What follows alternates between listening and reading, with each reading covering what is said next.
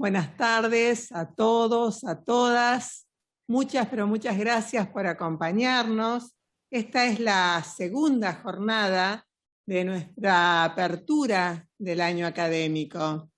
Yo la verdad que debería darle la palabra en primer lugar a Analía Pérez, a nuestra secretaria de Reflejar, para que ella les diga algunos tips de esta jornada, y luego sí yo voy a presentar a las expositoras que ya nos están acompañando. Analía, entonces vos. Bueno, muchas gracias, todos bienvenidos. Por supuesto, agradecer la presencia de los señores ministros y de las señoras ministras de las Cortes y Superiores Tribunales de Justicia de las provincias argentinas y de la Ciudad Autónoma de Buenos Aires, a los jueces y a las juezas de todas las jurisdicciones que se han sumado a este ciclo de apertura, y a los procuradores, fiscales, asesores, defensores y funcionarios de los ministerios públicos que también se han hecho presentes, y por supuesto a los integrantes de las escuelas judiciales. Decía la doctora Misawap que queríamos refrescar algunos tips para que la jornada transcurra ordenadamente, y es que en primer lugar es necesario que mantengamos los micrófonos cerrados para evitar los acoples y las interferencias. Si no lo hicieron al ingresar, les pedimos por favor que en el gafete de su imagen coloquen su nombre y su apellido para poder luego identificar el espacio de preguntas que va a moderar el doctor Cole. Ese espacio de preguntas que va a tener como condición para su orden es que las preguntas sean realizadas únicamente a través del chat de la plataforma. Dicho lo cual, no tengo por qué seguir ocupando espacio, así que doctora Misawak, por favor. Bueno, gracias Analía. Para todos los que la conocen y los que no, Analía, como otros secretarios de Reflejar que aquí nos acompañan, Alejandra Barrio Nuevo, Eduardo Molina Quiroga, son los que hacen posible esto. Y otros más, y otras más. Hay un grupo, un equipo de hombres y mujeres que me acompañan, conformado por ministros, por ministras de Cortes y Superiores Tribunales, pero también por directores y directoras de escuelas que conforman Reflejar. Así que a todos ellos, gracias, muchas gracias, porque son ellos los que hacen posible que este nuevo modo de capacitación que hemos explorado a partir de esta tragedia que fue la pandemia, haya sido una verdadera oportunidad para seguir conectados, para seguir capacitándonos. Así que gracias en nombre de los secretarios que están aquí, pero hay otros que no están y que son el alma de Reflejar. Así que gracias a todos ellos.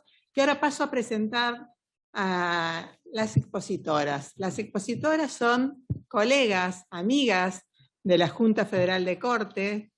Yo quiero decirles además que Reflejar, para los que no lo saben, es el brazo, decimos nosotros, como que fuera un miembro, un brazo, es el brazo de capacitación de la Junta Federal de Cortes.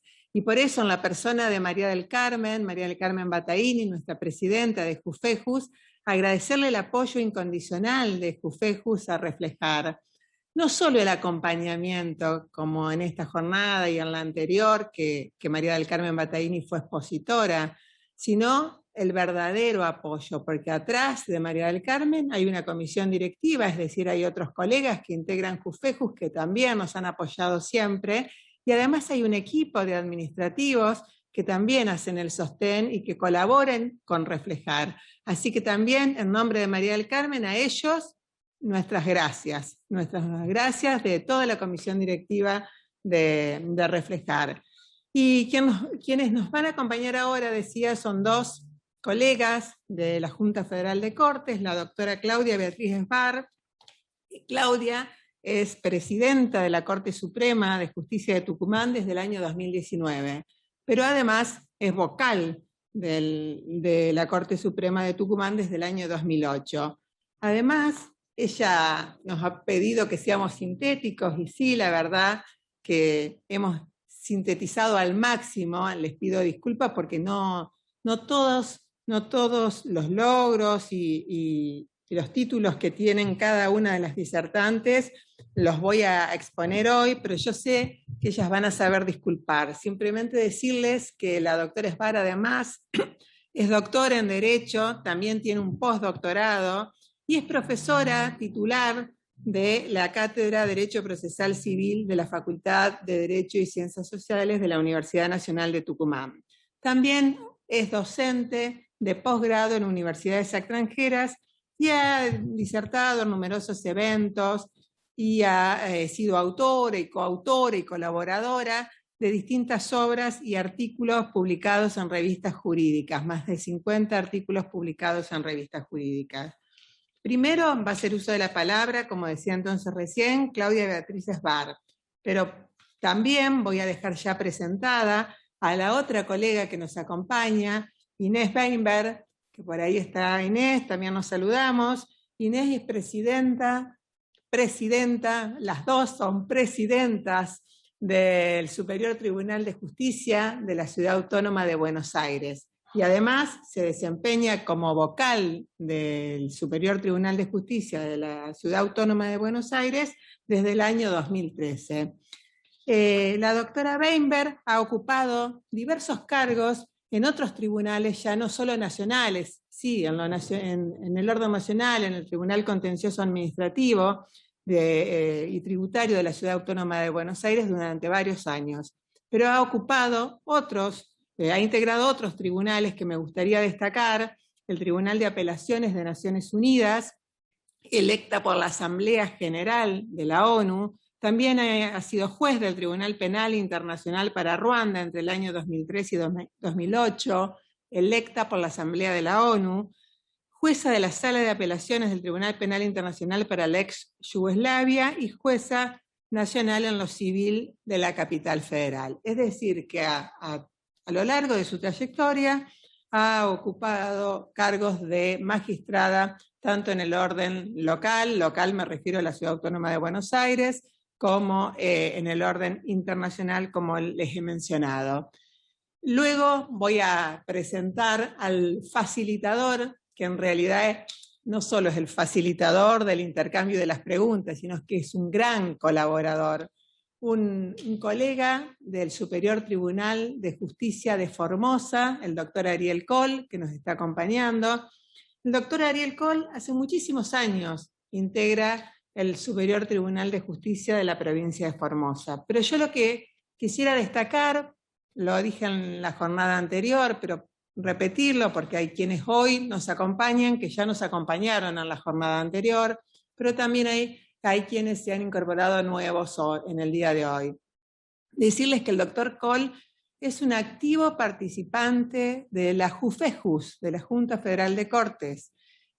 No solo activo participante, porque ha integrado casi todas las comisiones directivas con algún cargo en cada uno de los bienios, pero realmente lo que quiero destacar es que fue cofundador de la JUFEJUS. Así que viene de allá, desde muy lejos colaborando en este ámbito, donde todos hemos tenido ahí la oportunidad de conocernos y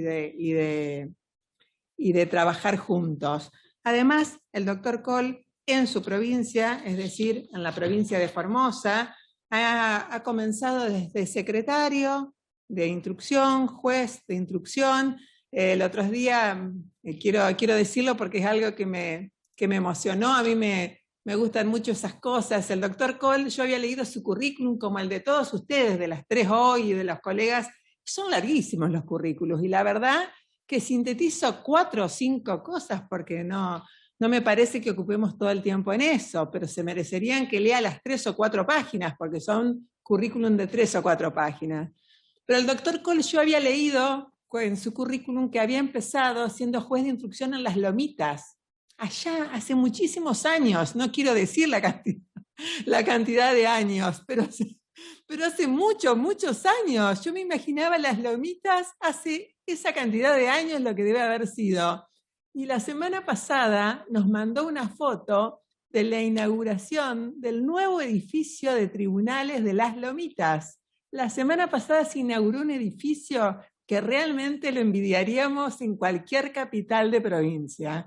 Así que cuando lo vi, pensé, esto es el federalismo, esto es Junta Federal de Cortes, esto es reflejar desde allá al norte hasta el sur, el centro, el este y el oeste. Acá estamos todos, las ciudades más pequeñas del país tienen su representación y las más importantes, las más pobladas. Así que bueno, así de esta manera dejo presentados a los 3 colegas que nos acompañan y que van a hacer posible el intercambio y poder de algún modo informarnos. No me detuve hoy, pero se lo voy a dejar a Ariel para luego, para antes de las preguntas.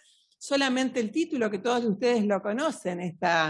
La idea fue informarnos sobre la participación que las colegas de distintos poderes judiciales provinciales han tenido en la Comisión de Fortalecimiento del Poder Judicial y del Ministerio Público, convocado por el Poder Ejecutivo Nacional. Nos parecía que era una buena oportunidad para escucharlas de primera mano. Por supuesto que en el exiguo tiempo que tenemos, solamente vamos a poder abordar y poder informarnos sobre algunas de las cuestiones, de las tantas y tan importantes que abordó esa comisión convocada por el Poder Ejecutivo de la Nación. Bueno, Claudia, quedás vos en el uso de la palabra. Y gracias nuevamente por aceptar esta invitación. Bueno, buenas tardes a todos y a todas. En primer lugar, agradecer esta generosísima invitación a participar de esta jornada. Felicito por la elección de la temática para abrir este periodo 2021 en la persona de su presidenta, de Claudia, en la persona de la presidenta de nuestra Junta Federal, María del Carmen, porque realmente creo que es muy, pero muy, muy atinado arrancar con este tema, con este trabajo que hemos realizado, porque hemos estado varios integrantes de la Junta Federal conformando este consejo consultivo. De modo que lo considero muy apropiado la elección del tema, de la temática para arrancar, y con la participación directa y con el relato sin interferencias de cada uno de nosotros, de nuestras experiencias vividas. En ese sentido, y antes de entrar en tema, me encantaría compartir algún par de reflexiones sobre esta experiencia y decirles y contarles que de verdad me siento muy honrada de haber integrado este consejo consultivo. En primer lugar, porque había 5 jueces de corte, y eso me parece que no es un dato menor. La composición, la integración con 5 jueces de las distintas cortes. En segundo lugar, porque cortes de todas las provincias o de 5 provincias representativas de distintas zonas del país, que son una expresión de nuestro federalismo. También porque de los 5 jueces y juezas que hemos integrado, 4 hemos sido mujeres, y eso también es un dato interesante e importante en términos de paridad, de modo que en ese sentido expreso mi entera satisfacción de haber participado y sobre todo contarles también que hemos vivido un clima de respeto y de libertad para expresar todas nuestras ideas, cada uno las suyas. En algunos puntos hemos coincidido, en otros puntos no hemos coincidido, y así está reflejado en el documento que hemos presentado. Por último, también me parece importante destacar que el temario que se nos asignó para trabajar de alguna manera está hablando de todos aquellos temas que a todos y a todas nos interesan, que estamos comprometidos con los poderes judiciales y que son, por supuesto, la Corte Suprema de Justicia de la Nación, el Ministerio Público Fiscal, el Ministerio Público de la Defensa, el juicio por jurado, la transferencia de la Justicia Nacional a la Ciudad de Buenos Aires, y de esta manera, y el Consejo de la Magistratura. Creo que han sido abordadas prácticamente todas las temáticas que son de nuestro y del interés de un mejor funcionamiento del Poder Judicial para una sociedad cada día más igualitaria. Bueno, en este sentido, el tema que voy a abordar es el que está vinculado directamente a una problemática de la que venimos hablando hace mucho tiempo y que tiene que ver con el trabajo, la tarea de nuestra Corte Suprema de Justicia de la Nación. Por eso me pareció pertinente arrancar con, digamos de alguna manera, hacer una referencia y una reflexión a todo aquello que está integrando la competencia de la Corte Suprema de Justicia de la Nación. No hace falta recordar que la competencia de la Corte y la organización del Poder Judicial de la Nación emana de los artículos 116 y 117 de la Constitución Nacional. Ahí podemos distinguir claramente una competencia originaria de la Corte Suprema y una competencia apelada.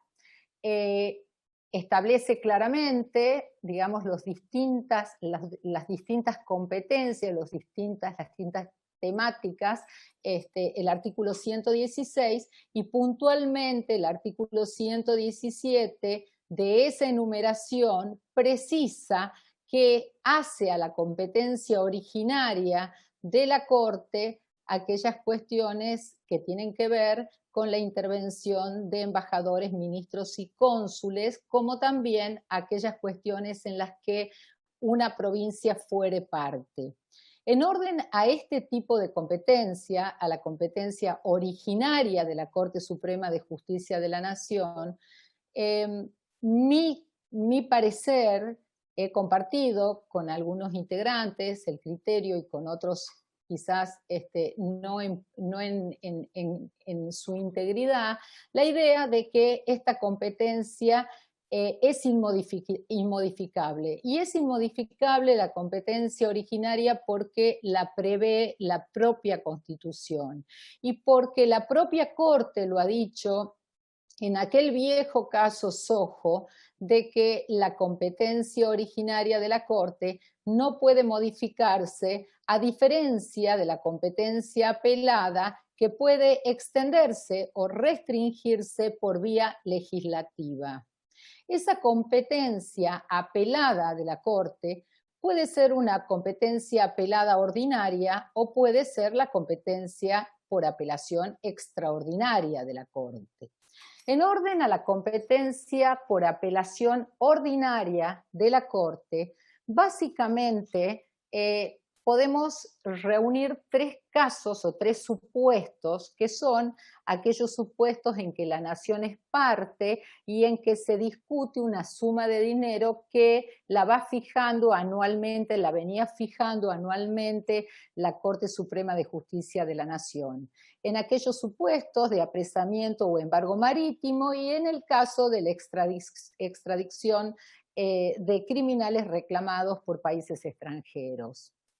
Ahora bien, ya en el año 2015 y en orden a esta competencia apelada ordinaria que está reglamentada en el decreto 1285 en el artículo 24 inciso 6, decreto ley del año 58, la Corte Suprema en el año 2015 en la causa Nadón ya declaró la inconstitucionalidad de esa competencia por apelación ordinaria en orden a las causas que se tramitan contra la nación y en que hay una suma de dinero establecida como monto de la controversia, porque ha entendido que este tipo de competencia es una competencia que no es propia a aquella tarea esencial de la Corte, que es el control de constitucionalidad y la protección de las garantías constitucionales,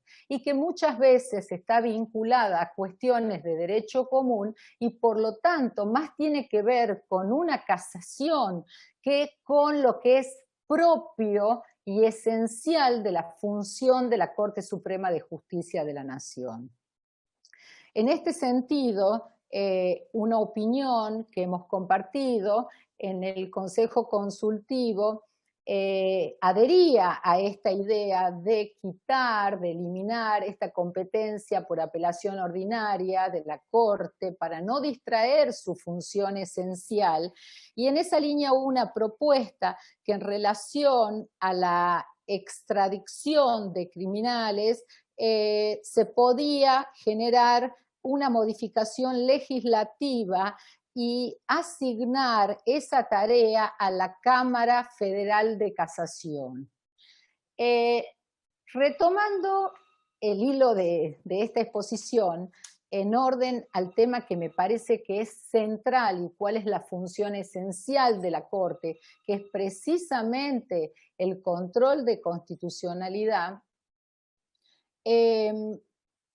creo que es fundamental hacer pie, por supuesto, en el mecanismo procesal por el que la Corte hace ese control de constitucionalidad, que es el recurso extraordinario federal. El recurso extraordinario federal, que como todos sabemos es un recurso, y es un recurso extraordinario. ¿Por qué? Porque solamente en principio se pueden plantear cuestiones de derecho, y no de cualquier derecho, sino de derecho constitucional y federal, que serían los motivos del artículo 14, los 3 motivos del artículo 14 de la Ley 48, y que es un recurso que tiene y presenta, como todos lo sabemos, exigencias propias, exigencias formales y exigencias comunes a todos los recursos. Este es el mecanismo a través del cual la Corte cumple su misión esencial, el control de constitucionalidad. Ahora bien, en el mundo occidental existen 2 mecanismos, digamos, de punta de control de constitucionalidad, como todos sabemos, un sistema que es un control concentrado o austríaco, y un sistema de control difuso o desconcentrado. El primer sistema básicamente asigna esta función de control de constitucionalidad a un órgano extrajudicial que se ocupa del control de constitucionalidad y que sus pronunciamientos producen efectos erga omnes, o sea, tienen un efecto derogatorio de la norma. A diferencia de ello, y esto ocurre en numerosos países europeos, la misma España, Italia, Austria, y por otra parte hay un sistema de control de constitucionalidad difuso, donde todos los jueces y juezas tienen la posibilidad y el deber de hacer el control de constitucionalidad, sin perjuicio que la última palabra la tiene la Corte Suprema de Justicia de la Nación. Este es el sistema que funciona y nos ha inspirado en los Estados Unidos y que ha tomado nuestra organización judicial de control de constitucionalidad.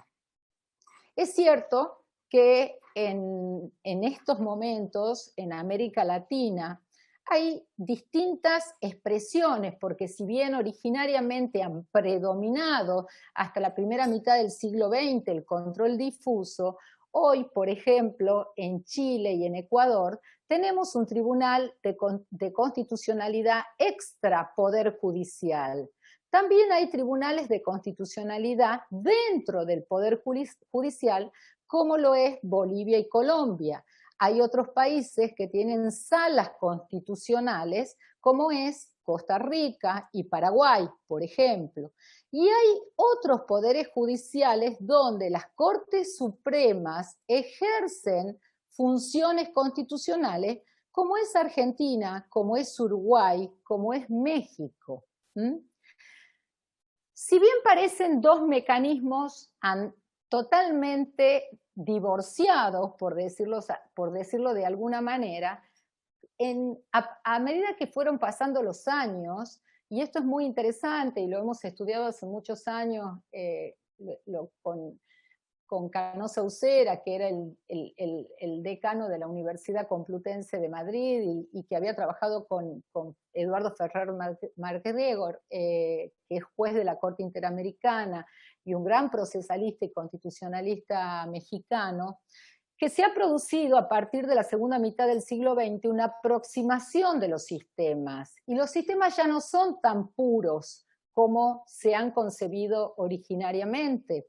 Y si nosotros analizamos la Constitución española, por ejemplo, donde hay un tribunal constitucional fuera del Poder Judicial, también advertimos que el artículo 163 de la Constitución ha previsto otro mecanismo de acercamiento hasta el Tribunal Constitucional por la vía del planteo de la cuestión constitucional que la puede hacer cualquier magistrado. Es decir, en un pleito que está tramitando en primera instancia, las partes plantean una duda constitucional, el juez se hace cargo de esa duda constitucional y hace el planteo ante el Tribunal Constitucional y lo eleva al Pleno para su análisis. Esto es, de alguna manera, un acercamiento o una aproximación, o sale del esquema del control concentrado puro.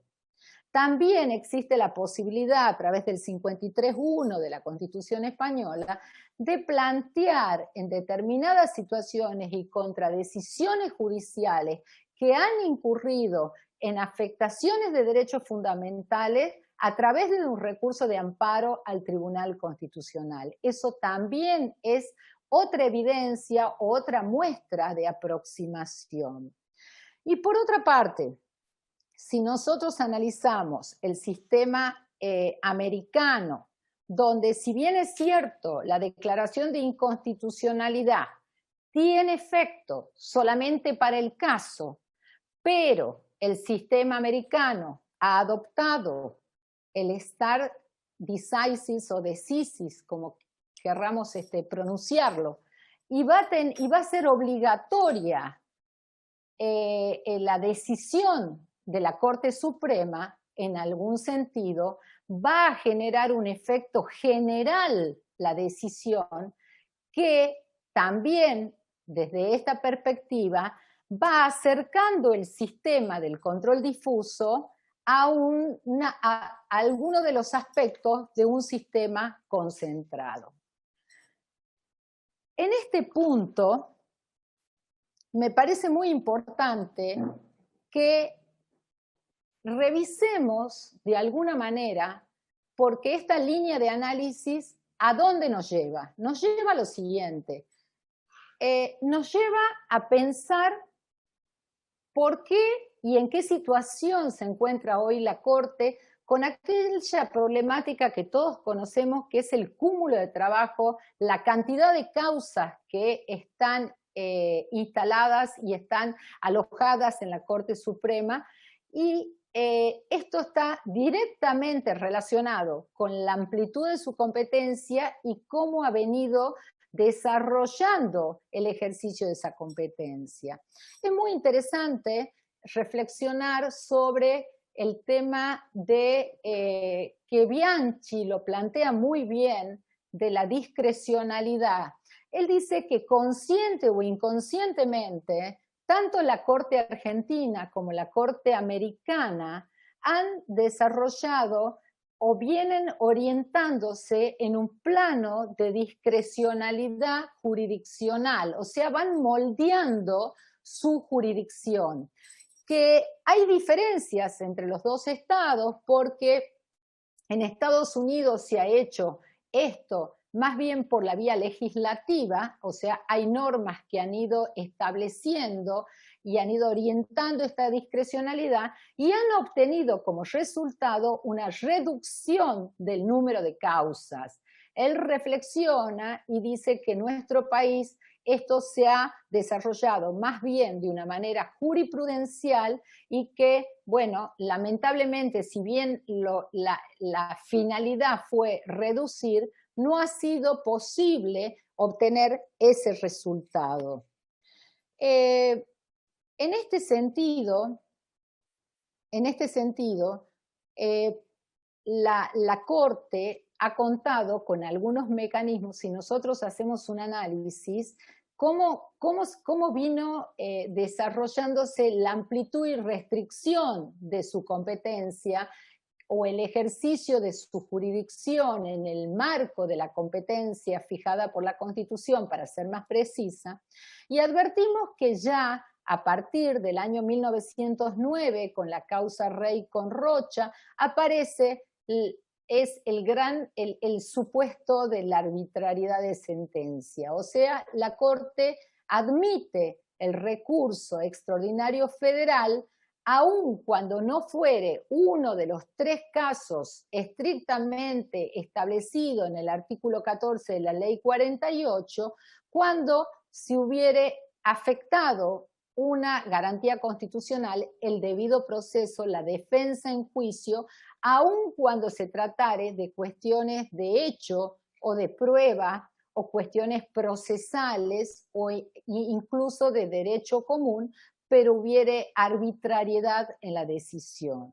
Esto amplió muchísimo el ámbito de trabajo de la Corte, que luego también se vuelve a ampliar a través de otro instituto creado y ha sido denominado el de la gravedad institucional. La arbitrariedad es aquel mecanismo que ha permitido sortear la existencia de cuestión federal en los términos del artículo 14, y la gravedad institucional ha sido aquel otro mecanismo a partir de la causa Jorge Antonio que ha permitido sortear el recaudo o la exigencia de definitividad del pronunciamiento cuando el asunto, la cuestión, asume gravedad institucional porque trasciende el interés de las partes y compromete el interés general. A través de estos 2 mecanismos se ha ampliado notoriamente el caudal de trabajo de la Corte, pero notablemente. Y esto ha llevado a buscar otros mecanismos para restringir esa cantidad y ese volumen de trabajo que ha llegado a la Corte. En ese sentido, lo que el mecanismo que se ha creado y ha sido por vía legislativa es a través del cerciorari negativo incorporado en los artículos 280 y 285 para el recurso extraordinario y para la queja por extraordinario denegado, como un mecanismo que autoriza a la Corte a inadmitir el recurso extraordinario federal cuando se produce o estamos frente a una cuestión insustancial, intrascendente o de agravio federal insuficiente. Y en ese caso, con la sola invocación de la norma, es que la Corte puede inadmitir el recurso extraordinario cuando revisa la admisibilidad y ha sido previamente concedido por el Superior Tribunal de la causa, o bien cuando analiza la queja por extraordinario denegada si es que no ha sido concedido por el Superior Tribunal de la causa. En orden a este mecanismo, al cerciorari negativo que adoptó nuestro país, bueno, fueron fuertes y son muy fuertes las críticas, ¿no? En orden a la posibilidad de no dar ningún fundamento para inadmitir un recurso y simplemente hacer mención a estas normas. Y digo que en algún punto, la verdad es que si uno analiza la cantidad de trabajo que este análisis le lleva a la Corte, porque la Corte para inadmitir y llegar a esa conclusión tiene que hacer un análisis profundo que, si bien no está expresado en la argumentación, lo tiene que hacer para llegar a esta conclusión. Entonces, siendo que el trabajo en necesariamente debe de hacerse, es fundamental que en cualquiera de estos supuestos, a la hora de hacer el análisis de admisibilidad de todos los requisitos del recurso extraordinario, cuando se eche mano a alguno de estas razones, se den los suficientes fundamentos por los cuales se deniega.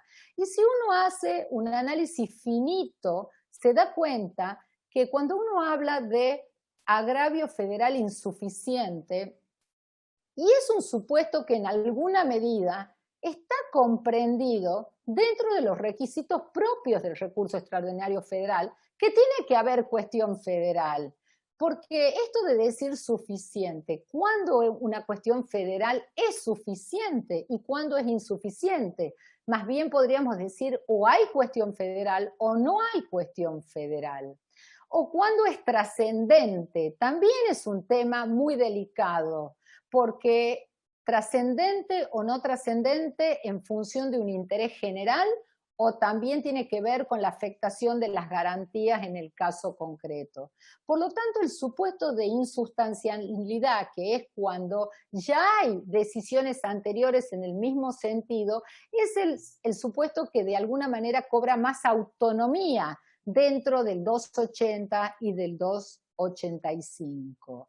Pero ha sido la propia Corte la que se ha expresado ya desde 1909 en Rey contra Rocha sobre la necesidad de la fundamentación de la sentencia.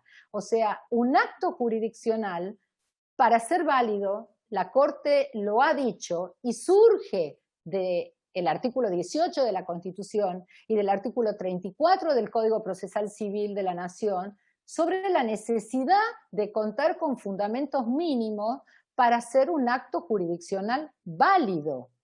De modo que, echando mano a esos propios argumentos y recordando también algo muy interesante que decía Tarufo sobre el valor político de la sentencia, en el sentido de que la sociedad, cuando conoce los fundamentos, le da tranquilidad, puede hacer un control de la decisión de por qué se ejerció el poder judicial, el jurisdiccional, en un sentido y no en otro. Entonces, esto legitima plenamente un pronunciamiento. En este orden, nos ha parecido importante y he compartido la idea de contar con una base de datos que sea pública sobre la interpretación de los distintos supuestos del 280 y del 285. También me parece interesante la propuesta de que terminado el año y tomado conocimiento de cuáles son aquellas causas que van a entrar a estudio al comienzo del año siguiente, en la apertura del año judicial, ya se pudiera hacer una lista por lo menos tentativa de los temas principales que van a ser objeto de la agenda de ese año para ser tratados por la Corte Suprema de Justicia.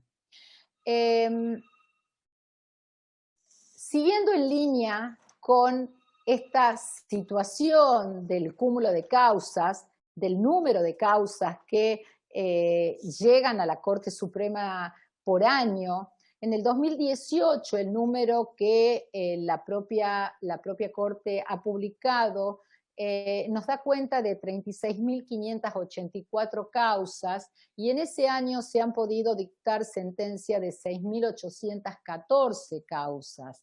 Esos, yo creo que siempre los números son elocuentes y son muy importantes a la hora de evaluar y tomar algún camino.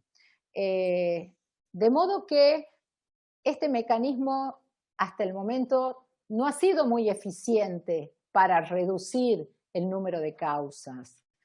En esta línea se ha propuesto, y hay distintas interpretaciones o alcances, sobre la posibilidad de crear un tribunal intermedio, pero un tribunal intermedio que sea un tribunal de casación que tenga por tarea esencial simplemente analizar las decisiones de las cámaras federales de apelaciones, o sea, en el ámbito federal, y un tribunal de casación en su puridad, o sea, un tribunal de casación tiene básicamente dos misiones esenciales. Una, el control del derecho objetivo, o sea, su finalidad nomofiláctica, y una segunda finalidad, que es la unificación de la jurisprudencia, para evitar sentencias contradictorias, para dar seguridad jurídica, para generar paz social. Y en ese sentido, las cámaras federales de apelaciones aplican derecho federal, también aplican derecho común, y entonces se trataría de básicamente de un tribunal que tendrá por misión hacer el control del derecho objetivo, también de unificación de la jurisprudencia, y por qué no pensar también, como lo decía el maestro Morelo y lo seguía nuestro ex colega, juez de la Corte de la provincia de Buenos Aires, Juan Carlos Hitters, un gran procesalista, una función diquelógica, o sea, también el análisis de la justicia del caso. En ese sentido, puede estar comprendido en ese ámbito también las sentencias arbitrarias, todo en el ámbito de la organización judicial federal. Y ese tribunal intermedio, esa Cámara Federal, tendría una estructura idéntica, digamos, en paralelo a la Cámara de Casación Federal Penal, tan solo que sería para todo lo no penal y por lo tanto tendría salas de las mismas que hoy integran las distintas cámaras en la organización de la justicia federal. Pero de ningún modo podría intervenir o sería un tribunal para analizar o para revisar las sentencias de las Cortes Supremas de Justicia o superiores tribunales de justicia de las provincias argentinas y Ciudad Autónoma de Buenos Aires. De ninguna manera, porque esto afectaría nuestra organización judicial, que está claramente establecida a partir de distintas normas de la Constitución y de la propia Ley 48, cuando establece que los juicios que se entablan en las jurisdicciones provinciales se sentencian y fenecen en las justicias provinciales, y contra ellas únicamente en los supuestos del artículo 14 de la Ley 48 puede proceder un recurso extraordinario federal ante la Corte Suprema de Justicia de la Nación. Otra interpretación de alguna manera va a afectar o podría impactar desfederalizando el sistema, aspecto que yo creo bajo ningún punto de vista puede materializarse. Entonces me parece que sería interesante pensar, lo han estudiado numerosos procesalistas desde hace muchísimos años, la posibilidad de este tribunal intermedio como una casación federal para las cuestiones no penales, pero de ningún modo tendría en su ámbito el control de las sentencias de las Cortes o superiores tribunales de justicia. Doctora Esmar, sí. Bueno, nos vamos aproximando del tiempo. Bueno, voy a reducir muchísimo para cerrar la línea y quede claro hacia dónde apunto. Bueno, finalmente, dos temitas muy cortitos que no puedo dejar de mencionar si hablamos de la competencia de la Corte y si hablamos de esta expansión de tarea y de un poco el camino de la discrecionalidad jurisdiccional. En algún punto acá hay dos elementos que debemos de agregar. Uno es el tema de la obligatoriedad de los fallos de la Corte de la Nación. Acá, bueno, esto es tela para mucho tiempo y para conversar, para discutir, en fin, pero básicamente, si nosotros pensamos en los sistemas del common law, el precedente es obligatorio. En los sistemas del civil law, que nosotros estamos mucho más orientados, no es obligatorio. La doctrina del fallo tiene un efecto persuasivo, pero de ningún modo es obligatorio, a diferencia del sistema del common law, donde la decisión es obligatoria para todos los jueces, horizontal y verticalmente. Ahora bien, sin perjuicio de ello, la Corte también ha ido marcando criterios y ha tomado distintos criterios en distintos fallos a lo largo de los años. En Ferrocarril Sud lo dijo claramente, todos los jueces, digamos, tienen la libertad de decidir, no hay obligatoriedad. Sin embargo, luego en Santín fue modificando, se empezó a generar el concepto de la doctrina sobre el valor institucional de los fallos de la Corte, cuando declara la inconstitucionalidad de una norma.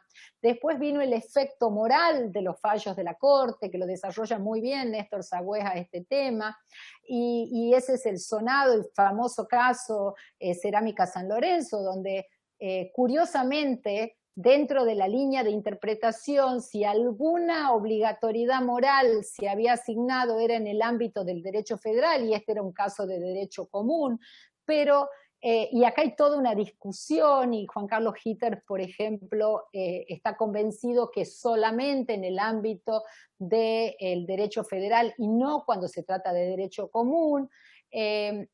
Aida Kemmelmacher amplía y dice también, ¿por qué? Porque en algún punto las razones de otros países como Estados Unidos, que fija la obligatoriedad del fallo, del stare decisis, que en nuestro sistema no está establecido, y en Estados Unidos está establecido y en la ley y en las reglas de la propia Corte.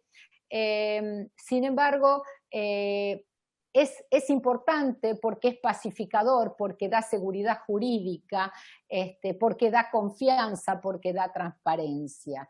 Y un último instituto que tampoco podemos dejar o perder de vista es el del per saltum, dentro del análisis de la competencia de la Corte, que como todos sabemos se trata del salto de una instancia, o sea, de no agotar la decisión del superior tribunal de la causa y llegar a la Corte. ¿En qué casos? Únicamente en aquellos casos lo que manda no es solo la urgencia, es más bien la gravedad institucional, es la trascendencia del caso, es el impacto en aspectos centrales como el sistema republicano, la afectación de garantías constitucionales. Esto es lo que manda, es lo que impacta y lo que determina la posibilidad.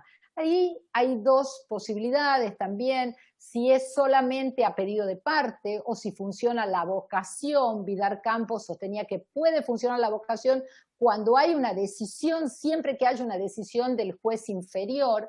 Y en esto la Corte, bueno, jurisprudencialmente es muy interesante el análisis y también nos queda para otra oportunidad. Me encantaría compartirlo con ustedes, de los primeros casos de apropiación de niños, de casos muy delicados en materia de derechos humanos, a pasar a cuestiones económicas, la privatización de aerolíneas, de los aeropuertos, el tema del corralito 2001, lo que generó luego el caso Smith, la modificación al Código Procesal Civil de la Nación y a la Ley de Procedimiento Laboral, incorporando para medidas cautelares la derogación, los proyectos de ley de todos los legisladores de los distintos partidos políticos, que terminó dando la ley de 2012, donde precisamente se desarrolla este concepto de gravedad institucional,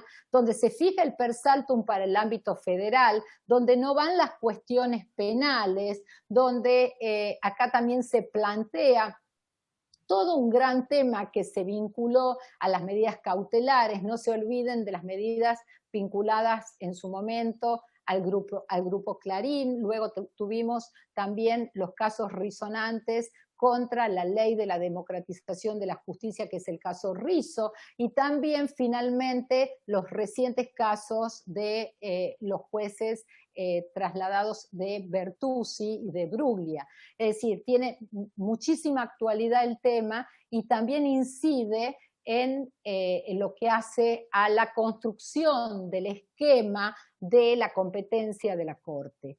Creo que con esto yo podría decir que con muy abuelo de pájaro he trazado un poco el abanico de la competencia de la Corte para reflexionar en el sentido de que hubieron mecanismos que han generado una enorme actividad de la Corte con muy buenos propósitos, la protección de derechos, pero que han generado un cúmulo de trabajo que se hace muy difícil de llevar a cabo y donde se pierde el norte de su función esencial como Corte Constitucional, y hay una mixtura entre una casación y el control de constitucionalidad, y se desvirtúa esa función esencial que no puede ser ejercida por el número de causas. Entonces, se han generado mecanismos, esos mecanismos,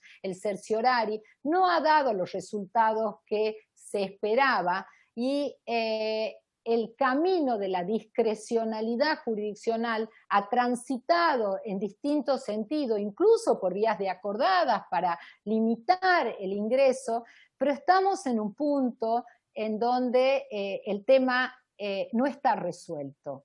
Y me parece que un poco la descripción que acabo de hacer nos va a permitir a ustedes, conmigo, juntos, conversar, reflexionar, que hagan plantear cuestiones y ver un poco hacia dónde se debería orientar el camino, el trazado, para que tengamos efectivamente una Corte que se pueda abocar de lleno, de pleno a su misión esencial.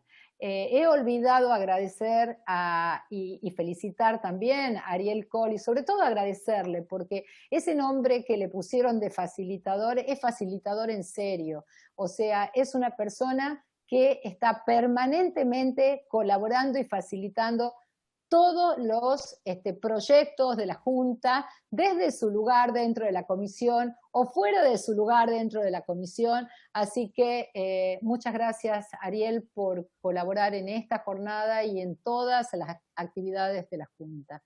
Gracias a todos y disculpen si me he excedido en el tiempo. Doctora Esbar, muchísimas gracias, y la verdad que sí es un tema para brindar más espacio. Le vamos a dar espacio, por favor, a la doctora Weinberg para proceder, para escucharla en Muchas gracias a Claudia Misaguat por la invitación, a toda la comisión directiva de Reflejar y a todos los amigos y colegas presentes. Lo que sí aprendí definitivamente esta tarde, que la próxima vez que en Reflejar me den 20 minutos, voy a pedir hablar antes de Claudia Esbar.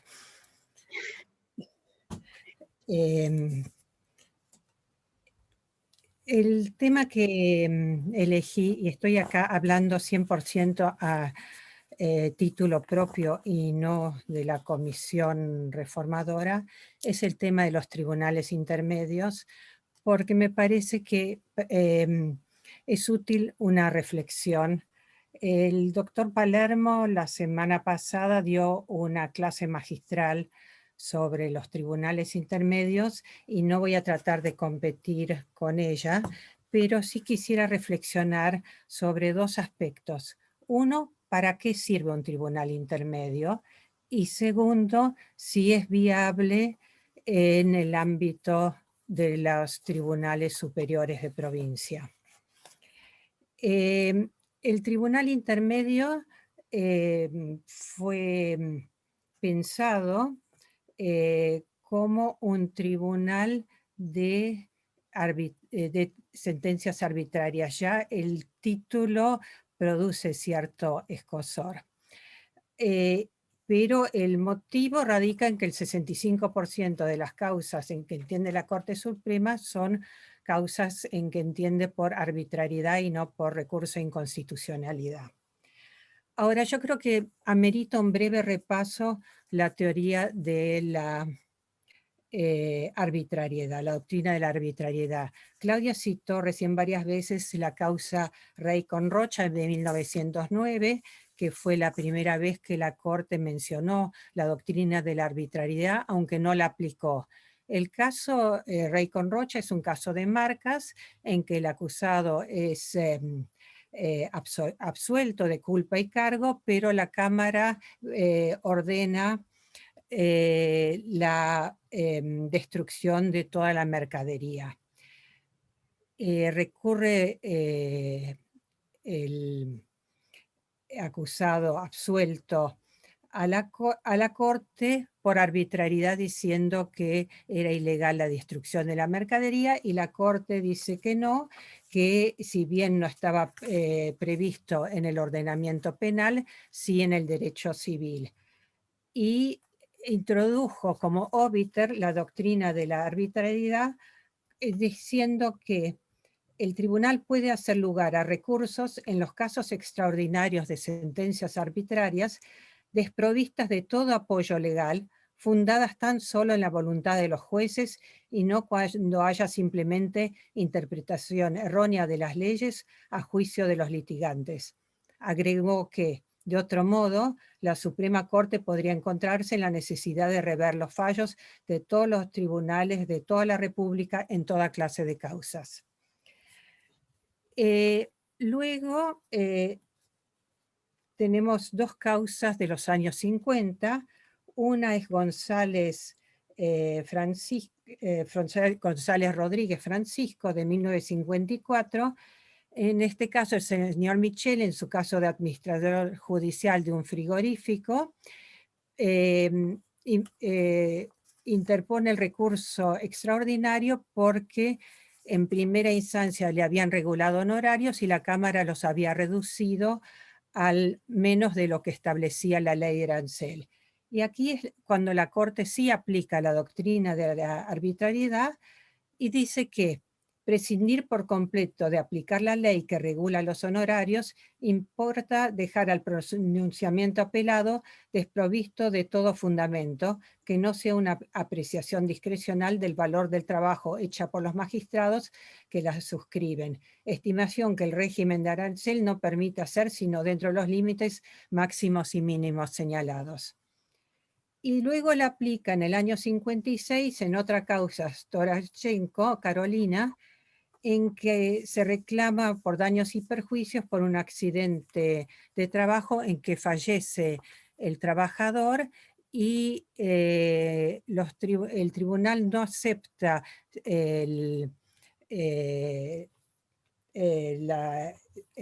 la demanda porque falta una declaratoria de herederos, y la Corte aquí nuevamente aplica la doctrina de la arbitrariedad porque no hacía falta una declaratoria de herederos cuando los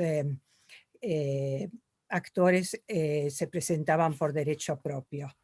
Y acá continuó delineando los contornos de la arbitrariedad, remarcó su carácter excepcional y estableció que la arbitrariedad es de carácter excepcional y no tiende a sustituir a los jueces de la causa en cuestiones que les son privativas, ni a corregir en tercera instancia fallos equivocados o que se reputen tales, ya que solo admite los supuestos de desaciertos y omisiones de gravedad extrema, a causa de las cuales los pronunciamientos no pueden adquirir validez jurisdiccional.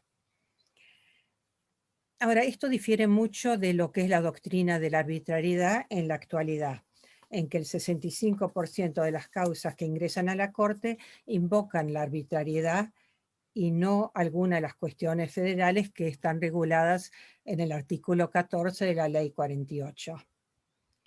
Y el estándar ahora de la Corte es bien distinto y dice que es condición de validez de un fallo judicial que sea conclusión razonada del derecho vigente, con particular referencia a las circunstancias comprobadas de la causa.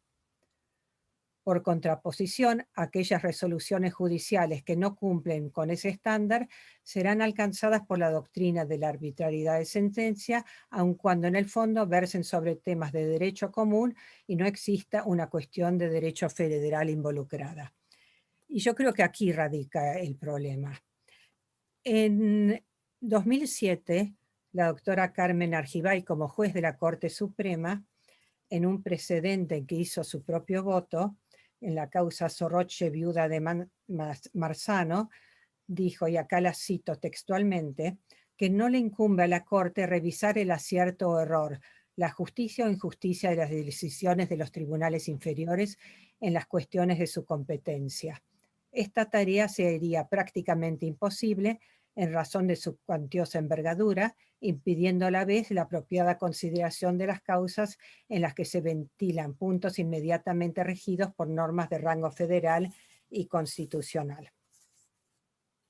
En un trabajo publicado en el año siguiente, en el 2008, la doctora Argibay, en este trabajo que lo titula La balanza de la justicia, y entre paréntesis, o como aprendí a desconfiar de la doctrina de la arbitrariedad, señaló que esta doctrina es una creación pretoriana del alto tribunal que extiende su competencia revisora a casos que no le han sido encomendados ni por la Constitución Nacional ni por la Ley 48, hecha probablemente con la mejor de las intenciones y el loable fin de remediar alguna injusticia notoria. También comenzó como una excepción utilizada con gran cautela por la Corte. Sin embargo, con el correr del tiempo, se convirtió en la mayor fuente de revisiones del tribunal. En la actualidad, las estadísticas muestran que más del 65% de las resoluciones de la Corte están fundadas en la doctrina de la arbitrariedad, con lo que ha dejado de ser excepcional como se pretendía en sus orígenes. Expone también Argibay que los intentos por sistematizar y enunciar claramente las causales de arbitrariedad han sido varios, pero, por desgracia, no han tenido resultados notables. Sigue asentándose en vagas nociones que, por lo general, tienen que ver más con la disconformidad de la parte ante una sentencia que le niega la razón. Por ende, esa parte la considerará siempre arbitraria, fundada en la pura voluntad o capricho de los jueces. De esta manera, las sentencias se han transformado en una rutina en la que ha caído la propia Corte que, bajo el pretexto de la arbitrariedad, revoca e incluso anula sentencias que le disgustan. Y continúa. Y si bien la mayoría de las resoluciones por arbitrariedad responden al criterio de una interpretación que desagrada a la Corte, como ya dije, pueden encontrarse casos en los que sería posible hablar de arbitrariedad. Un ejemplo sería una sentencia que desconociera cierta ley vigente o que aplicara una ley expresamente derogada. No se trataría ya de la manera de comprender la norma, sino de ignorar la norma misma. Ahora bien, un juez que dictara una sentencia en estas condiciones, aun cuando no incurriera en prevaricato, mostraría tal deficiencia de conocimientos que debería ser removido de su cargo. Empero, no se advierte que la Corte haya tomado medidas al respecto cuando utiliza esta doctrina para revocar un fallo o incluso para anularlo declarándolo inexistente. Asimismo, en relación a la doctrina de la arbitrariedad y la justicia provincial, Argibay ya advertía que el respeto del principio federal que rige nuestra República señala que en aquellos casos en que se discuten leyes locales sin ataque a las federales o a la Constitución Nacional, la Corte Suprema de Justicia de la Nación no debe intervenir, pues sería una forma de inmiscuirse en facultades que las provincias no han delegado y conservan para sí.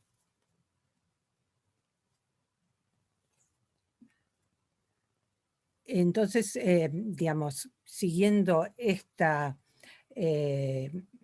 pensamiento, yo concluiría que un tribunal de sentencias arbitrarias implica institucionalizar este desvío que constituyó la doctrina de la arbitrariedad, creando un órgano nuevo para entender en estas causas. Y implicaría además agregar un tribunal a los ya existentes sin reemplazarlo. Entonces la pregunta primera, entonces, ¿a quién beneficia?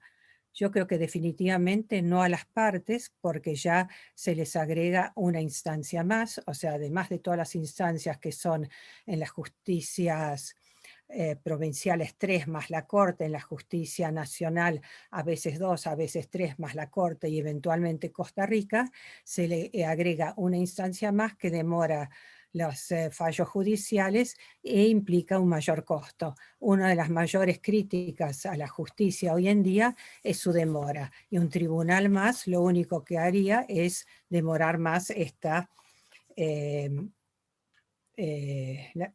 tener una resolución definitiva, pues justamente como el nombre lo indica, es un tribunal intermedio que no excluye que después se pueda interponer un recurso ante la Corte.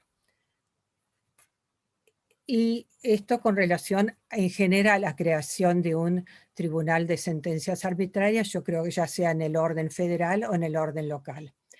En el orden local, asimismo, y esto coincidimos los 5 jueces que integran tribunales superiores locales que formamos parte del Consejo para la Reforma de la Justicia, pero no solo nosotros 5, sino que creo que en realidad de los, me atrevería a decir que 8, por lo menos 8 de los 11 miembros que integraban esta comisión estaban de acuerdo en que 8 o 9, que no podría nunca haber un tribunal intermedio de sentencias arbitrarias por encima de los tribunales provinciales, las cortes provinciales locales.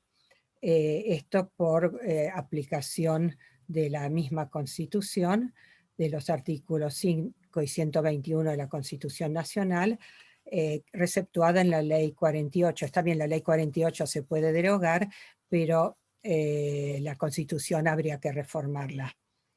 Y un tribunal intermedio que revise decisiones de las cortes locales contradice el principio estructural del sistema constitucional argentino en cuanto establece un sistema federal y dispone que cada jurisdicción conserva y no delega en la nación facultades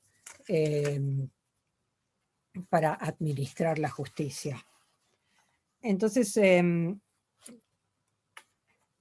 desde el punto de vista de los tribunales superiores locales, haría falta a mi ver, una reforma constitucional. Pero sí creo que amerita pensar si realmente este desvío de la Corte al admitir las sentencias arbitrarias que hoy implican el 65% de su caudal, amerita crear un tribunal para juzgar esto que nunca debió ser materia judicial, o si habría que volver a la interpretación restrictiva de 1909, en que una sentencia arbitraria es aquella que flagrantemente desconoce una ley, no la aplica o aplica una ley derogada. Muchas gracias. Doctora Weinberg, muchísimas gracias por su disertación. Damos espacio entonces al espacio de intercambio a cambio del doctor Ariel Coll. Doctor Coll. Bueno, buenas tardes a todos y a todas. Primero, felicitaciones a Claudia y a Inés por las exposiciones. Reitero lo que dije el jueves pasado, como viejo hombre de Junta Federal, estamos en la Junta muy orgullosos de la participación de María del Carmen, de Omar Palermo, de Claudia Bar y de Inés Weinberg, porque nos han dejado realmente muy bien representados a las justicias provinciales y a la Ciudad de Buenos Aires, a quienes integramos la Junta Federal. Estoy esperando las preguntas, les recuerdo que son por chat, pero yo voy a hacer una primerito, le voy a hacer a Claudia Sbar, porque si bien tocó el tema del per saltum, yo quisiera saber si por vía de per saltum o por algún mecanismo similar, se analizó la posibilidad, yo algo leí en los comentarios periodísticos de lo que ustedes estaban tratando, ¿verdad? No sé si es exactamente así. Si se analizó la posibilidad de que cuando hay, como pasó con el caso de la ley de medios, por ejemplo, vamos al caso concreto de la ley de medios, que había amparo para un lado acá, amparo para un lado allá, amparo en Mendoza, amparo en San Juan, amparo en La Rioja, amparo en Formosa. Si se analizó la posibilidad de que la Corte, como sabemos que esto en algún momento iba a llegar a la Corte, cortara por los años y absorbiera todas las causas para poder resolverlas de una sola vez, ¿qué es lo que puede llegar a pasar ahora con la ley de interrupción voluntaria del embarazo? Que se están viendo acciones de amparo en distintos lugares. Es decir, si se analizó esa posibilidad, nada más, ¿y por qué vía? Estás muteada, Claudia.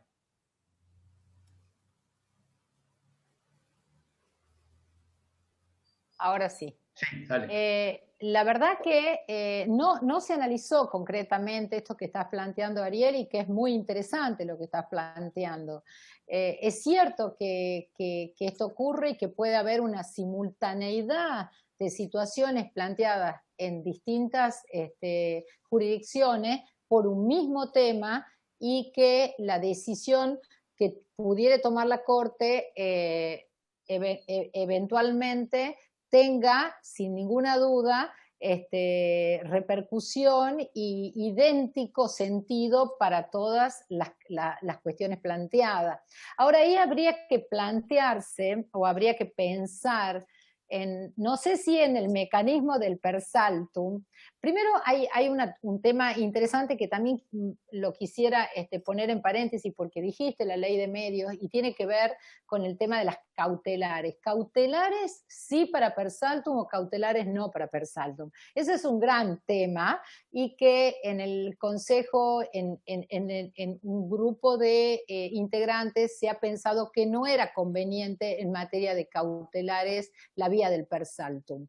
Que en alguna línea de los procesalistas argentinos justamente han pensado y vienen así desarrollándolo, incluido Peirano en esta línea hace muchos años venía diciéndolo, que el efecto devolutivo se coartaba por vía del per saltum con la admisibilidad del recurso y entonces que para cautelares no sería aconsejable. Dejando eso un poquito de lado, esa apreciación que tiene que ver porque lo asocié con el tema ley de medios porque había un tema de fondo y después hubo un segundo per saltum por cautelar concretamente, es que es interesantísimo lo que vos planteás, pero yo no sé si por la vía del per saltum, o sea, aquí hablo en nombre propio y un poco haciéndome eco de tu inquietud.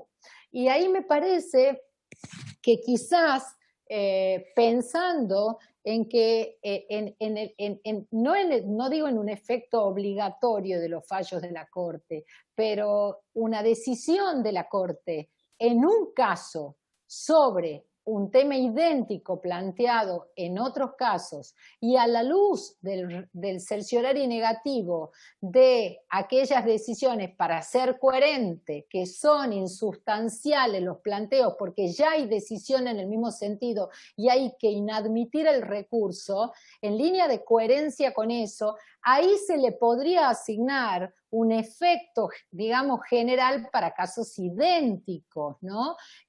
A la decisión de la Corte en un tema tan delicado como la constitucionalidad de una norma y en idéntico planteo en otra jurisdicción. Yo iría más por ese lado que por el lado del per saltum por avocación, que no tiene tradición en la cultura jurisdiccional argentina, el de la vocación, o sea que la Corte de oficio tome los casos y se aboque a todos a la vez en el mismo momento.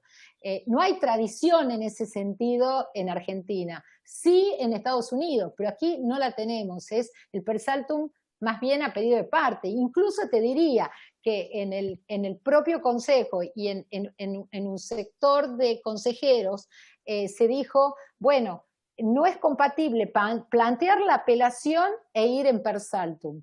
Yo personalmente creo que planteada la apelación y pendiente de decisión sí puede ir un per saltum también, porque hasta que no está decidido por la Cámara, por más que esté radicado en la apelación en la Cámara, en el sentido de presentado el recurso y no resuelto, está pendiente de decisión. Entonces no tenés sentencia del Superior Tribunal, ¿y por qué no vas a poder? La regla 11 de la Corte de los Estados Unidos lo permite, porque no está todavía la sentencia del Superior Tribunal.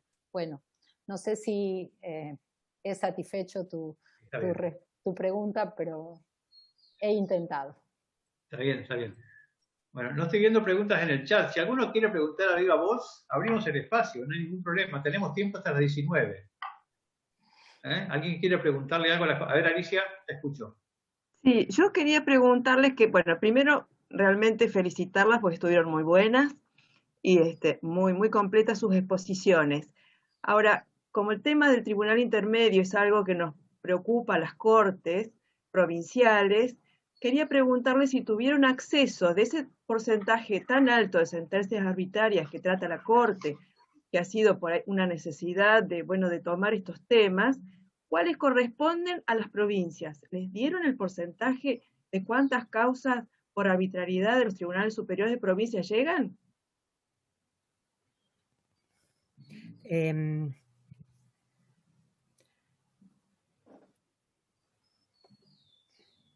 Lo que, a ver,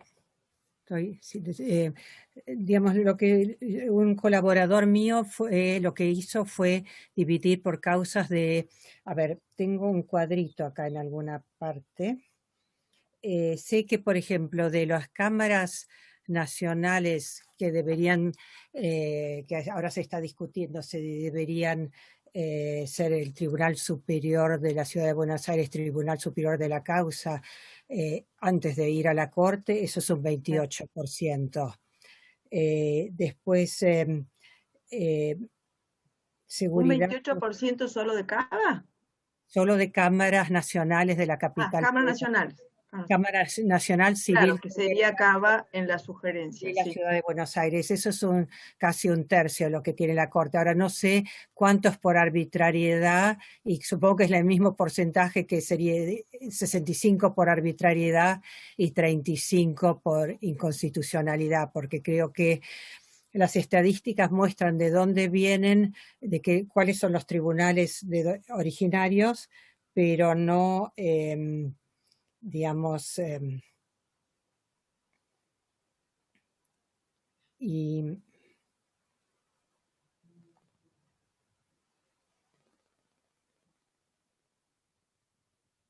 teníamos ese cuadrito presentado, que ahora no lo encuentro, pero... Creo que era un 23%, Inés. Entre un 23 y un 25% me parece que era. Sí, a ver, acá lo tengo, sí. Es de los tribunales nacionales de la capital federal es un 28,46%. De los tribunales federales de todo el país es un 45,62%.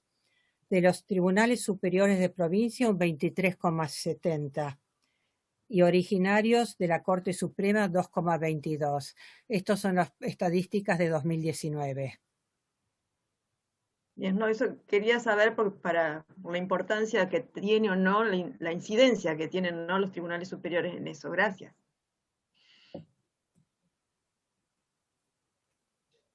¿Otra preguntita? Claudia. Sí. Yo les quería preguntar, es muy interesante el tema de estas estadísticas, la verdad que no lo conocía. No lo conocía porque también tiene, conocer esas estadísticas que acaba de brindar Inés, tiene directa relación con ese Tribunal Intermedio Federal que se mencionó antes, que mencionó Claudia, que mencionó Omar Palermo la jornada anterior. Es decir, que ahí hay un importante porcentaje de ese universo que podría o no, en el caso de que se cree, ser atendido por ese tribunal. Pero mi pregunta es concretamente si tienen también algún dato, ya sea María del Carmen, Inés, Omar, algún dato sobre las sentencias o los recursos, inadmitidos. Esto que nosotros vemos, el tiempo que pasa el tiempo, desde que se van las causas de nuestros superiores tribunales o cortes, y luego viene la resolución con, bueno, lo que conocemos como la plancha vulgarmente del 280, pero el recurso no admitido. Si tienen algún porcentaje de eso sobre ese universo que han podido acceder en más precisas estadísticas.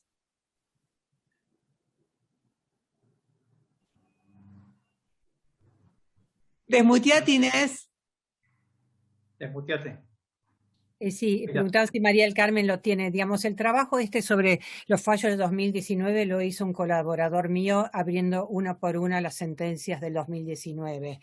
Ahora, buscando su origen. Ahora, dentro de estas están también las que se resolvieron por 280, o sea, son todas las que salieron de la Corte en el 2019, los porcentajes.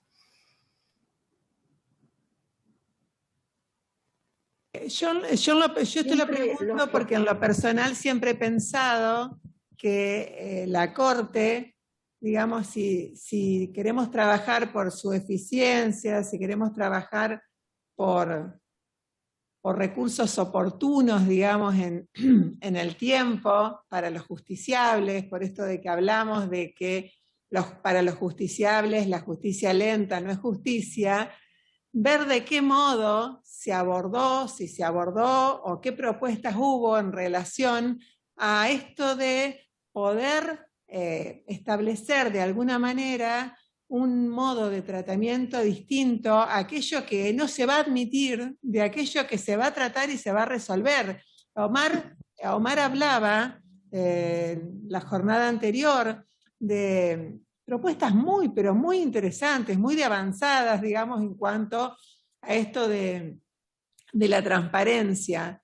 Y yo la verdad que después que las escuché, que son tentadoras, que son la verdad que un ejemplo en cuanto a esto, a transparencia de la Corte Suprema, del Tribunal Máximo de la Nación y de los términos que le insumiría abordar las causas de significativa importancia y aquellas que no admitiría. Omar se explayó en esto, pero pensaba, si Omar se presentó cuando se presentó como Soledad Solaris, digamos, como que dijo que muchas de estas propuestas que él estaba presentando no habían sido compartidas ni por sus pares de los tribunales superiores y cortes, sino que era su posición y que tampoco había sido compartida por otros integrantes del Consejo Consultivo, que ya no son magistrados de corte, pero que integraron como académicos o como abogados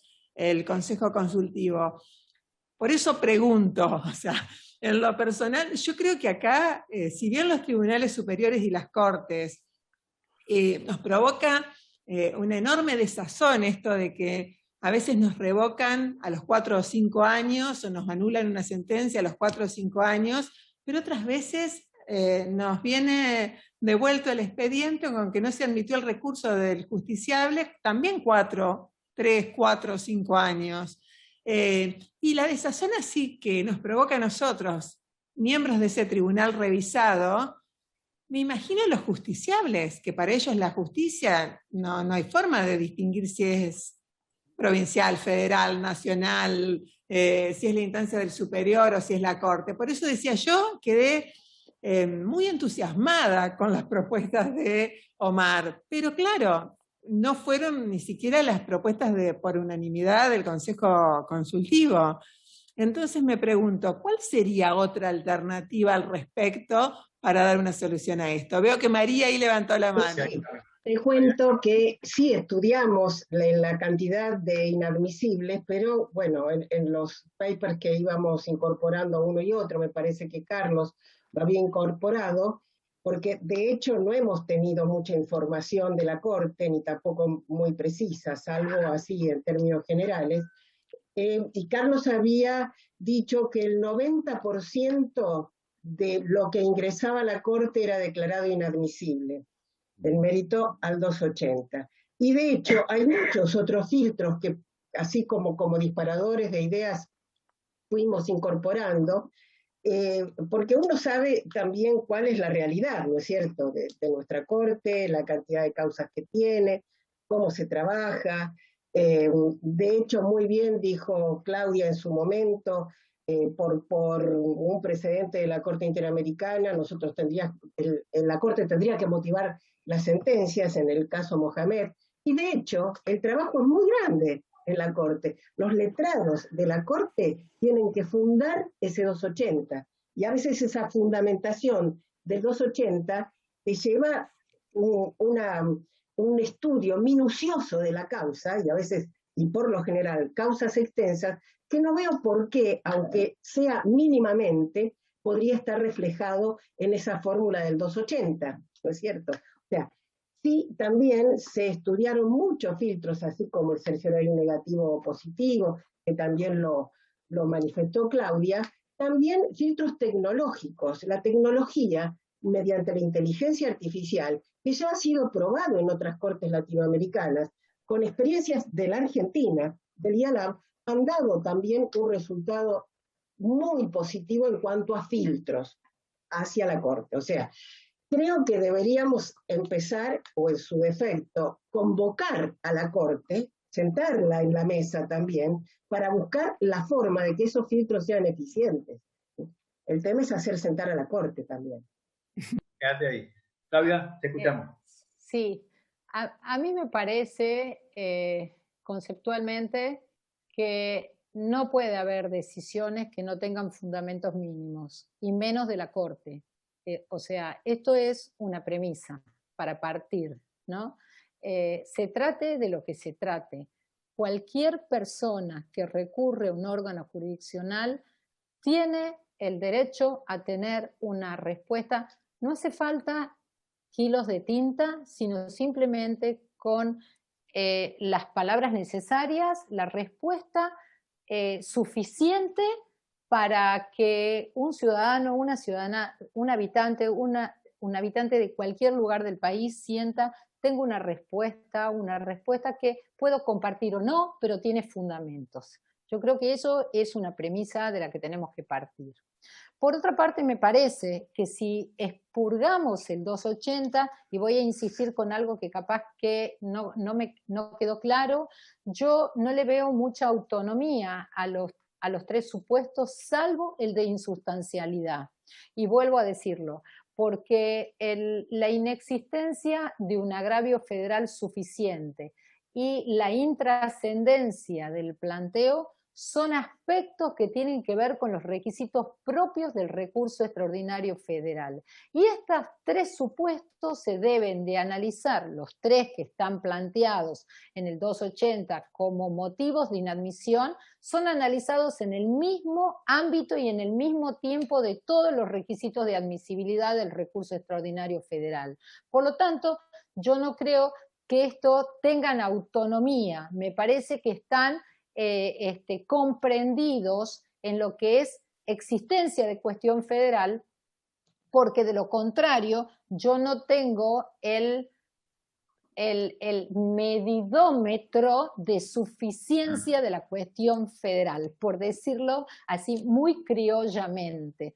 Entonces, son todos esos conceptos indeterminados, como se los enuncia en la filosofía del derecho, que la gente no entiende muy bien, ni nosotros tampoco, y me parece que hay que salir de todo eso, y necesitamos unas respuestas claras, transparentes, que den seguridad, que generen confianza. Ahí está la legitimidad del obrar y de la decisión de todos nosotros.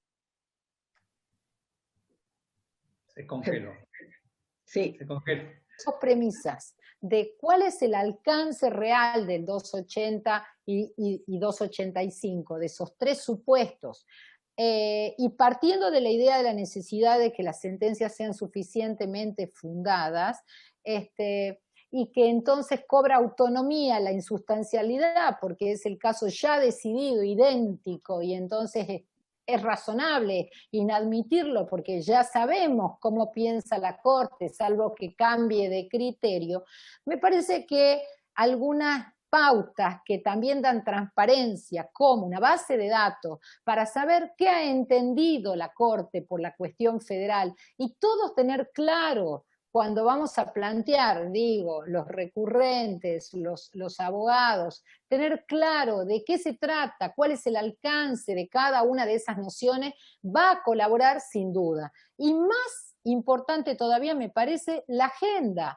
O sea, está bien, tal vez la cultura todavía nuestra no sea tan compatible con un cerciorari positivo que muy razonablemente lo plantea Omar, pero tal vez todavía no tenemos una madurez para adoptarlo y hacer un cambio radical de un día hacia el otro. Pero quizás si generamos la necesidad que a fin de año, cuando se hace el descarte de aquello que ha sido admitido, de lo que ha sido inadmitido, y todo tiene fundamento, y el comienzo de año con las modificaciones que pueda sufrir durante el año, porque pueden surgir temas nuevos, inconstitucionalidades que no estuvieron planteadas y que son urgentes, temas que hacen al funcionamiento del Estado. No nos olvidemos que es un tribunal, pero es un poder del Estado la Corte. Entonces, en algún sentido, cabeza de un poder del Estado. Entonces, en ese sentido, pero tener una agenda de los casos que va a tratar en el año también da transparencia, también hace a esta sensación de tranquilidad, contribuye a la paz social. Me parece que eso también es un recurso a tener en cuenta en el contexto de la inquietud de Claudia. María del Carmen. Sí, perfecto, sí, coincido. Sí. Hacia la transparencia coincido perfectamente, pero no solamente el Big Data o el Small Data no es suficiente, ¿no es cierto? Porque eso es información. Está perfecto para la transparencia, la información. Pero si queremos dar un paso más hacia el filtro, tenemos que combinar al operador que entrena el algoritmo y al algoritmo como instructor para generar otro producto que es la inteligencia artificial, que nos puede dar respuesta para estos casos que ya están, como bien dijo Claudia también, definidos y que forman el precedente al que se va a remitir la Corte en su momento. Entonces, si eso, desde el principio, generamos esta inteligencia artificial combinando operadores, instructores operadores, con algoritmos, vamos a tener otro tipo de producto. Obviamente que nos vamos a tener que preparar todos y capacitar todos, porque son, digamos, dinámicas diferentes, pero que nos pueden dar un resultado en 2 minutos, lo que antes se hacía en 10 días o 15 días. Y la cantidad, la magnitud de causas que entran pueden tener una definición en ese filtro que hoy representan el 90% de las causas de inadmisibilidad, por ejemplo. Puede ser una solución también y que creo que es viable, que nosotros podríamos llevarla a cabo. Obviamente, teniendo sentado a la mesa a la Corte. Doctor Fernández Mendía, Eduardo.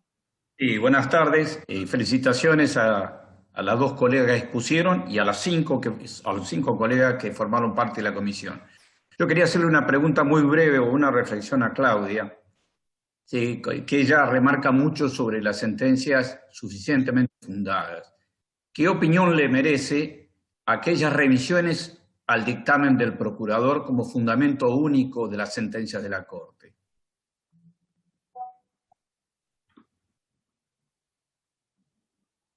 Desmuteate, Claudia.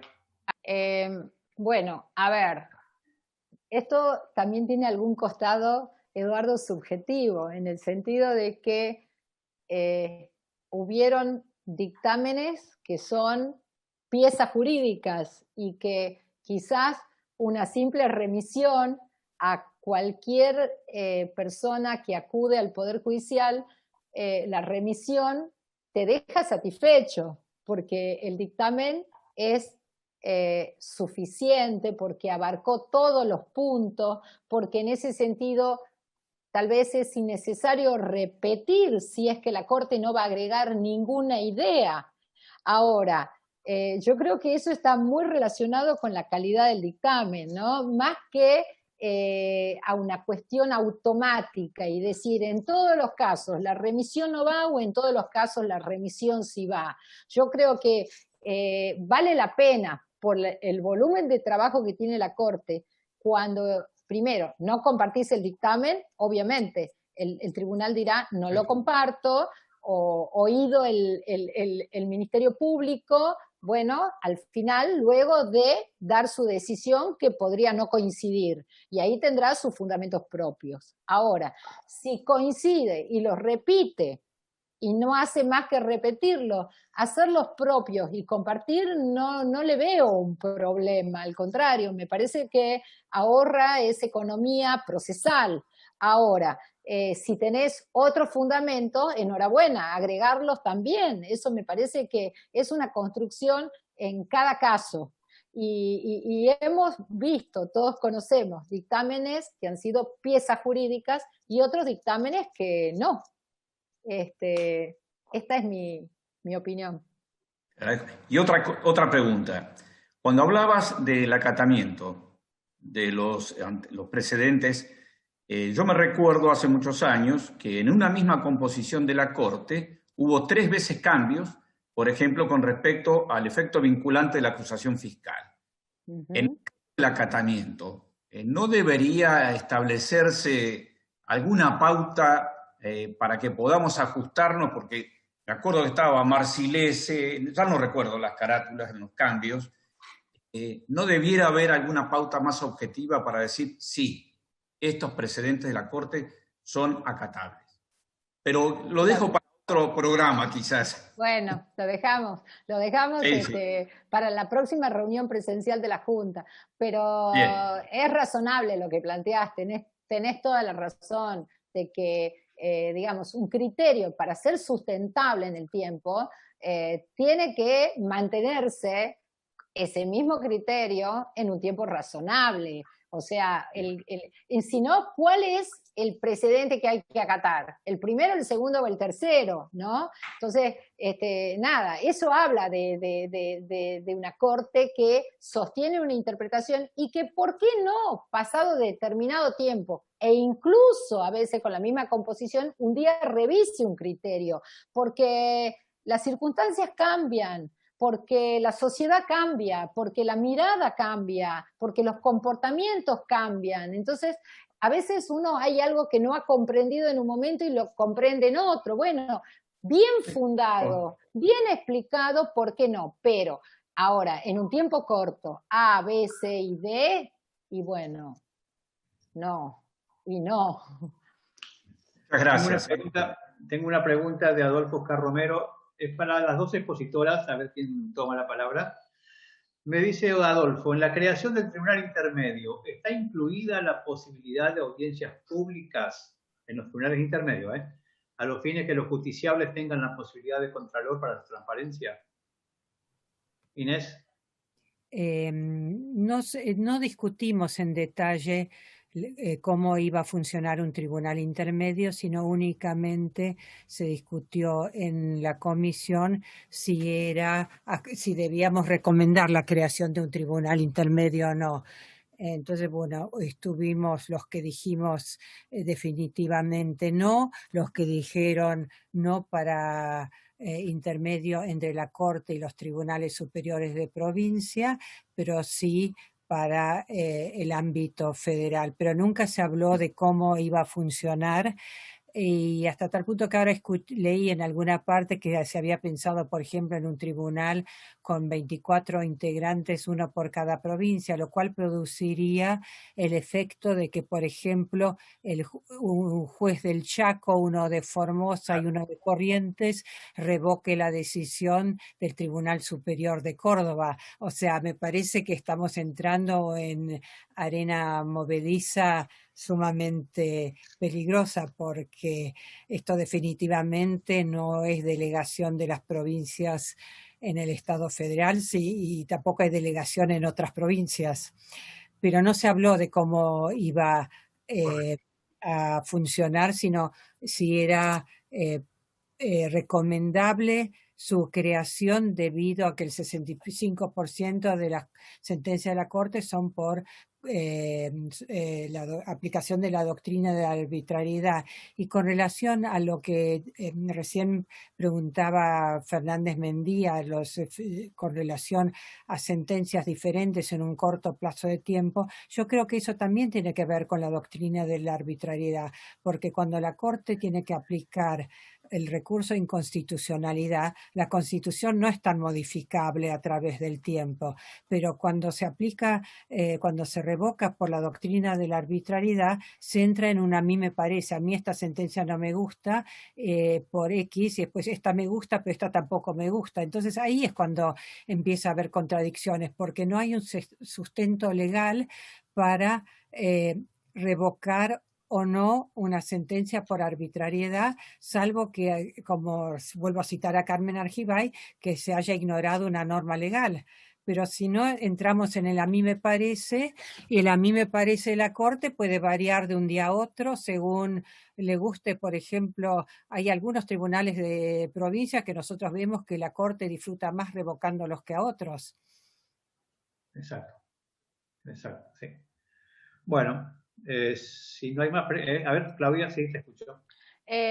Un poco volviendo a la inquietud esta de las audiencias públicas, decirle que no se analizó el trámite y cómo funcionaría el recurso, porque, bueno, tampoco había unidad de criterio entre aquellos que pensaban un tribunal de arbitrariedades, entre aquellos que pensamos una casación federal no penal. No hubo un análisis profundo en orden al trámite de ese recurso, ¿no? Pero como regla general, e incluso hablando de la Corte y en orden a una ley orgánica de la Corte, sí se pensó en la necesidad de la incorporación y la reglamentación de las audiencias públicas.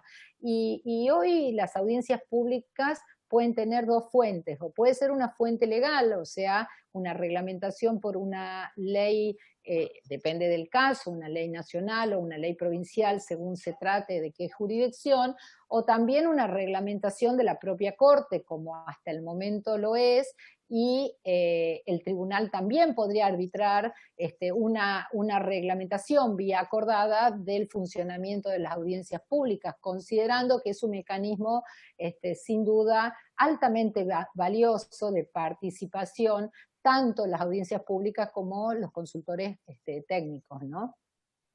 Sí, creo que estás contestando lo que también está preguntando otra vez Adolfo Romero, que me está hablando, pregunta qué plazo tendría ese tribunal intermedio para resolver las causas, de acuerdo a las estadísticas que ustedes han dado sobre la actividad de la Corte. Sí, estoy entendiendo que no se fijó procedimiento. No se fijó procedimiento. Ni plazos.